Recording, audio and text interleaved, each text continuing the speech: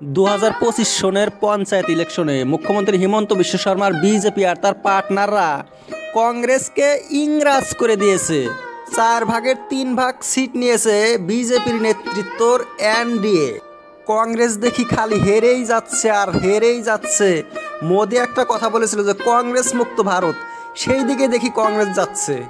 CM Sharma অনেক খুশি হয়েছে পঞ্চায়েত ইলেকশনের এই রেজাল্টে। উনি বলছে এমন রেজাল্ট পঞ্চায়েত কোনোদিন হয় নাই আগে। খবরে এইটাও দেখা যাচ্ছে যে মুখ্যমন্ত্রী হিমন্ত বিশ্ব শর্মা 104টা সিট এমএলএ ইলেকশনে জিতবে। 126টার মধ্যে 104টাই বিজেপির শাসিত এনডিএতে চলে যাবে, এমন টার্গেট করছে পঞ্চায়েতের পরে।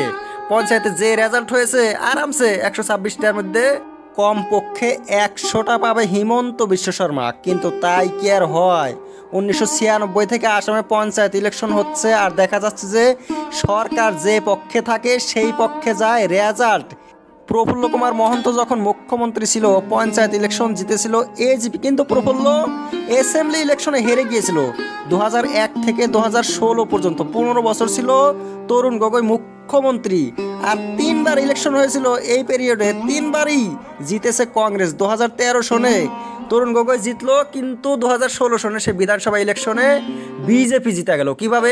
2013তে কিন্তু কংগ্রেস জিতেছিল, তারপরেও দেখুন 2016তে 3 বছর পরে যখন ইলেকশন হইল বিধানসভার, তখন কিন্তু কংগ্রেস হেরে গেল, বিজেপি জিতলো।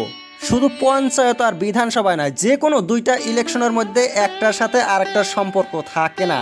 রাজস্থান, ছত্তিশগড়, মধ্যপ্রদেশে হয়েছিল বিধানসভা ইলেকশন 2018 সনের শেষের দিকে। সেখানে কংগ্রেস এমনভাবে বিজেপিকে হারিয়ে দিয়েছিল যে বিজেপি একদম নার্ভাস হয়ে গেছিল। কিন্তু তার কয় মাস পরে যখন এমপি ইলেকশন হইল সেই মধ্যপ্রদেশ, ছত্তিশগড়ে কংগ্রেসকে খুঁজা পাওয়া যায় না। আর যে রাজস্থানে সরকার গঠন করেছিল কংগ্রেস, সেখানে মোদি 25টার মধ্যে 25টা লোকসভা সিট জিতলো কয় মাস পরে। হিমন্ত বিশ্ব শর্মার আশা এত বড় হওয়ার কারণ হয়েছে আসামের মুসলমানরা। হিমন্ত বলছিল মুসলমানরা আমাদেরকে ভোট দিবেও না, আমরা মুসলমানদের ভোট চাইও না, কিন্তু পঞ্চায়েত ইলেকশনে দিয়েছে কয়টা ভোট। সিএম শর্মা খুশি হয়ে বলছে যে আমরা মুসলমান এলাকার মধ্যে সিট পেয়েছি, কিন্তু কংগ্রেস কোনো একটা হিন্দু এলাকার মধ্যে সিট পায় নাই। কিন্তু পঞ্চায়েত ইলেকশনে মানুষ পার্টি আর হিন্দু মুসলমান অত একটা দেখে না। আসলে হিমন্তর কপালে কি রয়েছে সেটা 2026-এর ভোট গণনার পরেই বোঝা যাবে। আর এই যে টার্গেট করেছে 104টা সিটের, টার্গেট তো সবারই থাকে।